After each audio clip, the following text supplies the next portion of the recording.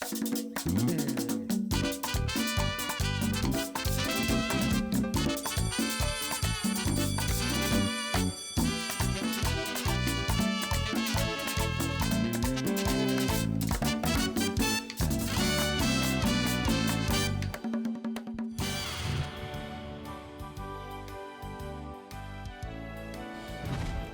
bienvenidos una vez más a su asignatura Ciencias Sociales de este curso tercero de secundaria, con su maestro Luis Miguel Quesada Paulino. ¿Cómo estás el día de hoy? Muy bien. ¿Y usted, profesor? Yo estoy contento, pero espero que estés realmente en sintonía para el contenido que tenemos el día de hoy. Y antes de pasar a te presento el siguiente material. Tú lo sabes, y yo también. Son muchas las cosas que tocamos cada día que están cargados de microbios y otras microbacterias. Tu teléfono móvil, el dinero, y por consiguiente los monederos, el control remoto de la televisión, el carrito de compras del supermercado, la esponja de lavar los platos, el interruptor de la luz, las llaves del carro, el volante, los puños de la bicicleta, los pasamanos de las escaleras, los paneles de control de los ascensores, espejuelos, llavines o cerraduras, lavadoras, dispensadores de jabón, bolígrafos, las mascotas y muchísimas otras cosas más. Todos contienen un gran número de virus, bacterias, hongos y parásitos. Y entonces, ¿qué puedo hacer? Sencillo, lávate bien las manos por un espacio no menor de 20 segundos y esto puede eliminar alrededor del 90% de microorganismos perjudiciales para la salud. Tú lo sabes y yo también. Cuidemos nuestra salud y la de nuestros seres queridos. En este punto es necesario recordar qué dijimos la clase anterior, para de esta manera conectar con el contenido que tenemos el día de hoy. Vamos a ver, tus apuntes, ¿qué hablamos la clase pasada? En la clase anterior aprendimos los conceptos de hegemonía, expansionismo, colonialismo y sus implicaciones con la migración, con los cuales vamos a ir organizando todas las informaciones correspondientes para construir una línea de tiempo. Cabe destacar que usted dijo que nuestra isla en su momento fue una colonia, hasta tiempo después que logró alcanzar su independencia. Bien, unos datos muy significativos que tienen que ver con nuestro tema. Para profundizar un poco más ese contenido, primero te ofrezco la palabra clave del día, y nuestra palabra clave es gobierno. Gobierno. Según la Real Academia de la Lengua Española, es el órgano superior del poder ejecutivo de un Estado o de una comunidad política, constituido por el presidente y los ministros o consejeros. Además, es el régimen político basado en la soberanía nacional, asentado en una constitución que define y articula los poderes del Estado. ¿Qué ocurre? Cuando nosotros hablamos de gobierno, de momento pensamos en el presidente o pensamos en los funcionarios. Esa idea es muy buena porque gobierno hace referencia directamente a la estructura política dentro del sistema, aquellos que llevan las riendas de la nación. Podríamos decir que nosotros también somos parte de ese gobierno, porque dentro de la estructura democrática somos quienes, por medio de sufragio, decidimos quién estará ahí representándonos y administrando los bienes de la nación. Ocurre lo siguiente: el gobierno de una colonia, ¿cuál es? El gobierno de ese país o nación que les coloniza. No tiene un gobierno en sí mismo auténtico, sino que depende directamente de ese país o nación que le ha colonizado. Como decíamos, nosotros en su momento también fuimos una colonia. Es por eso que hay que pensar qué se hacía en ese tiempo cuando éramos colonia y qué pasó que posibilitó que nosotros dejásemos de ser colonia. Incluso aquí se hicieron tratados en ese tiempo que nosotros fuimos colonia. Algunos tratados que en su momento estudiaste en la escuela. Profesor, sobre esto tengo la siguiente información. A ver, ¿cuál sería? Que España y Francia se disputaron el control de la isla, produciéndose varios tratados. Exactamente, pero vamos a ver, esos tratados tienen un nombre. ¿Cuáles son esos nombres? El Tratado de Aranjuez. En este acuerdo se establecieron los límites fronterizos de la colonia francesa y la española, y se delimitó la frontera entre los territorios coloniales oriental y occidental de la isla de Santo Domingo. Este se firmó entre España y Francia el 3 de junio de 1777. El Tratado de Basilea. Este ocurrió el 22 de julio de 1795, mediante el cual España entregó a Francia la colonia de Santo Domingo. Este posicionó a Francia jurídicamente como quien tenía el control y era dueña de toda la isla. ¡Wow! Eso quedó interesante. Unos apuntes magníficos. Fíjate, esa bella porción de tierra, nuestra isla, está dividida en dos. En cada parte, hoy tenemos una nación diversa. ¿Por qué? Porque cada nación, cada porción de tierra, fue conquistada, colonizada por una corona distinta. De nuestro lado, los españoles, y del otro lado, los franceses. ¿Qué ocurre? Que en su momento la división territorial no estaba muy definida. Entonces, es con este tratado de Aranjuez que se dice, fíjese, de aquí para allá será Francia y de aquí para allá será terreno español. Luego con el de Basilea se pasa que todo el territorio será dominado por la parte francesa. Cuestiones de historia y cambiamos. Fíjate que en el año 1821 ya tuvimos un intento de independencia que se llama independencia efímera, porque se logró, pero luego ya fue hasta un punto y volvimos otra vez a ser colonia, a ser dependientes. Pero ya para el 1844 sí obtuvimos la independencia en nuestra nación. Y con esto te hago la salvedad de que estos tratados forman parte del evolucionar de la independencia de nuestra nación dominicana.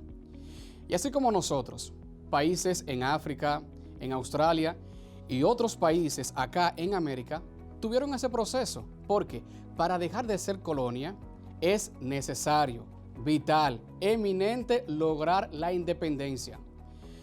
Otros, dentro de su proceso de descolonización, tienen lo siguiente. No alcanzan 100% una independencia, pero sí tienen una libre asociación. Eso que le llaman mancomunidad. Y en esa libre asociación tienen acuerdos. ¿Entre quién? Entre el país que les colonizó y ellos. Entonces, ambos gobiernos son un tanto independientes, pero solicitan ayudas para diferentes cuestiones. E incluso otros son estados asociados y se llaman a sí mismos un estado asociado. Tienen cierta autonomía, ciertas deliberaciones políticas y económicas, pero llega hasta un punto porque son un estado asociado. ¿Cuál es la ventaja de ser un estado asociado dentro de este término? Que se adquiere la ciudadanía del país o nación que le ha conquistado, que le ha colonizado. Entonces, este territorio tiene autonomía, determinación, pero la ciudadanía, dígase pasaportes, ID, cédulas, salen con la identidad de aquel país que una vez les colonizó. E incluso su moneda continúa funcionando.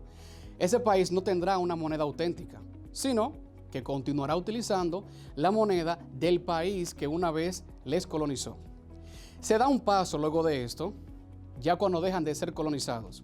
¿Por qué? Porque actualmente ya no se habla sencillamente de colonización, sino que se habla de una neocolonización, o sea, una nueva colonización, un nuevo modo de colonizar territorios.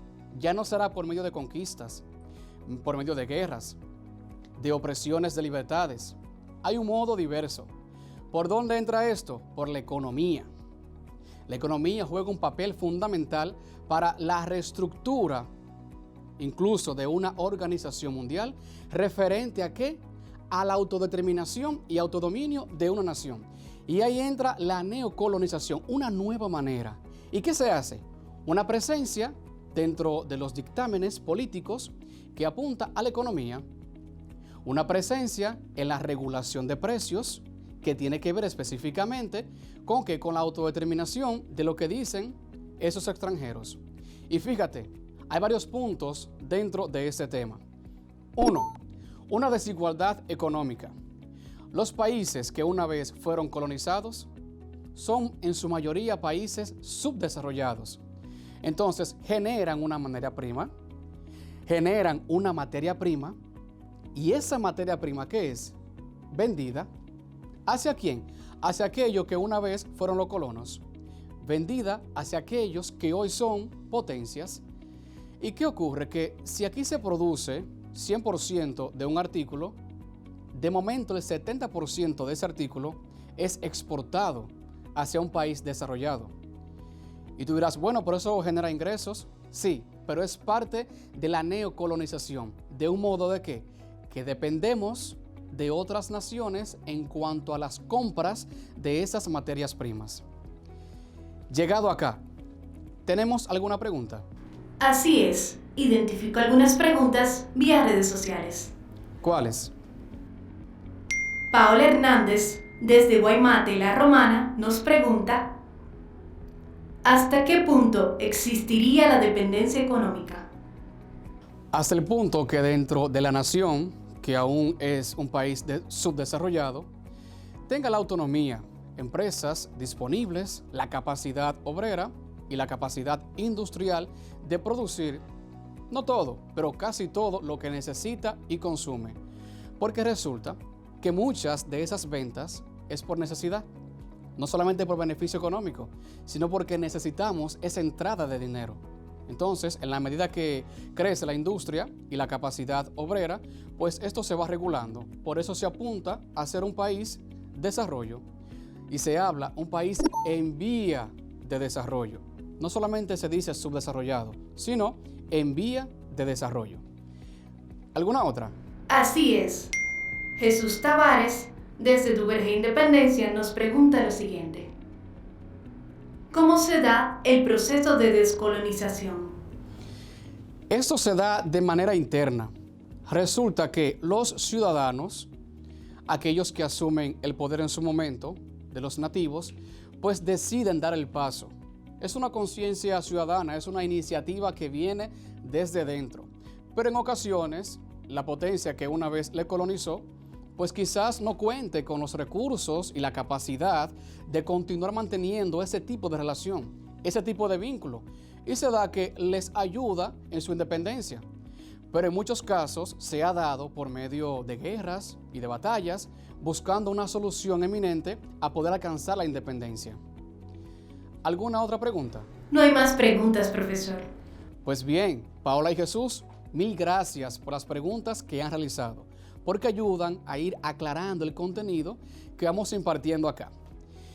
Fíjate, dentro de este proceso de la nueva colonización, del nuevo modo de colonizar, está la deficiencia tecnológica. Y tú dirás, pero profe, economía, tecnología, colonización, ¿se vincula esto? Claro, porque resulta que los teléfonos inteligentes que tenemos a mano se deben comprar fuera, no se fabrican acá. Los automóviles deben ser exportados. ¿Y qué resulta con esto? Que ese proceso de compra del exterior amerita un costo, pero sobre todo amerita un alto nivel de dependencia. No podemos por sí solos decir, bueno, ya no compraremos tecnología a personas del exterior. Sí, es muy necesario. ¿Por qué? Porque dentro de la nación aún no se cuenta con la total capacidad para producir todo esto que tiene que ver con los avances tecnológicos. Y ahí tú dices, bueno, pues, ¿y qué pasa aquí? Lo mismo, ir enfocándose como país en vía de desarrollo a satisfacer esas necesidades que son referentes a la tecnología. Porque en su momento, muy bien, esto es de ocio, pero también es de necesidad. Hoy podemos comunicarnos, tomar clases de este estilo por la tecnología que hay. Y hay una inversión, una compra de equipos, que tú sabes que no todo se produce acá. Pues la nueva manera de colonizar es eso. Se debe ampliar un poco la oportunidad de ¿qué? De crear, de capacitar, de fabricar y construir esos elementos que son necesarios dentro de la nación. Y otro punto vital, eliminar la deuda externa. La deuda externa se maneja del siguiente modo. Cuando una persona no tiene dinero suficiente para comprar lo que necesita, ¿qué hace? Busca prestado. Pero llega un punto que se busca tanto prestado que se vuelve difícil poder pagar a tiempo y poder saldar toda la deuda y continuar con el ritmo de vida que se lleva. Continuar satisfaciendo las necesidades del momento. Ahí apunta eso. Si un país no puede producir lo básico para mantenerse y encima de eso toma prestado a otra nación y luego no puede pagar todo lo que toma prestado, ¿qué ocurre ahí? La dependencia continuará mientras se deba dinero. Entonces se da el paso de decir cuál es la atención que se debe poner para anular esa situación que se puede ver como normal y del momento, pero no es la adecuada porque atenta al desarrollo y compromiso social, porque compromete a la estabilidad nacional. Porque hay que atender lo que se consume, lo que necesitamos nosotros y encima de eso, atender lo que se debe. Son dos compromisos en el momento. La nueva manera de colonizar está ahí, en que aquel país que tiene, que es una potencia mundial, le presta a uno que no tiene, con buena intención, porque es parte de la ayuda, del mutuo acuerdo, pero mientras te debo, tengo un compromiso contigo. Entonces la tarea es eliminar ese compromiso y que la relación continúe con un negocio afable. Eso es parte de los puntos que hace presente el neocolonialismo. Y esa libre asociación, ese libre acuerdo, tiene esos elementos presentes. Y es bueno que lo sepas porque a raíz de esto es que hacemos la conciencia. No basta con alcanzar la independencia, es necesario luchar para mantenerla. Es necesario el compromiso ciudadano para apresar, tener el valor que esto mismo amerita. Y fíjate que de esto se da un paso a un tema mucho más interesante, que es la globalización. Y con la globalización se habla de una aldea, nuestro mundo como aldea interconectada, con esas facilidades que existen hoy día de comunicación, de negociación, de trabajo, de intercambio, de suministros, de una interrelación entre diversas naciones. Pero ¿cuál es el tema acá? ¿Qué ocurre con esto? Que la globalización tiene su punto en el cual se debe poner atención. Por ejemplo, están las multinacionales. Una multinacional es una empresa de un país X desarrollado que se instala en un país Y que es subdesarrollado. En principio la idea es muy buena, crear empleos, manufactura, educación, formación, capacitación, impulsar la industria local de ese país en vía de desarrollo. Eso está bien. Pero ¿qué ocurre en cierto punto? Que está la presencia de tantas multinacionales que no hay espacio para una empresa nacional. Por eso el tema de la globalización. Pero también tiene sus ventajas, sus puntos a favor, que es que el país necesita la educación, formación y sobre todo recursos, porque no basta la materia prima, recursos de personal, de apoyo, de industria. ¿Para qué? Para poder potenciar las capacidades que hay dentro de esa nación. Y con eso te digo que la globalización se hace presente y se pone atención como un fenómeno mundial que apunta a la interrelación, pero sobre todo al apoyo entre países desarrollados y países en vía de desarrollo, canalizando recursos ¿para qué? No solo para sustentar la economía, la educación y salud, sino sobre todo para crear iniciativas que puedan impulsar con mayor énfasis el desarrollo de esa nación. Por eso el neocolonialismo, que tiene sus puntos a tomar en consideración, dentro de ese se hace presente la globalización. Y ahí debemos de poner atención porque tiene ventajas múltiples, pero también hay puntos en los cuales se debe poner suma atención. ¿Y qué pasa acá? Con este material debes realizar la línea de tiempo. ¿Y qué es una línea de tiempo?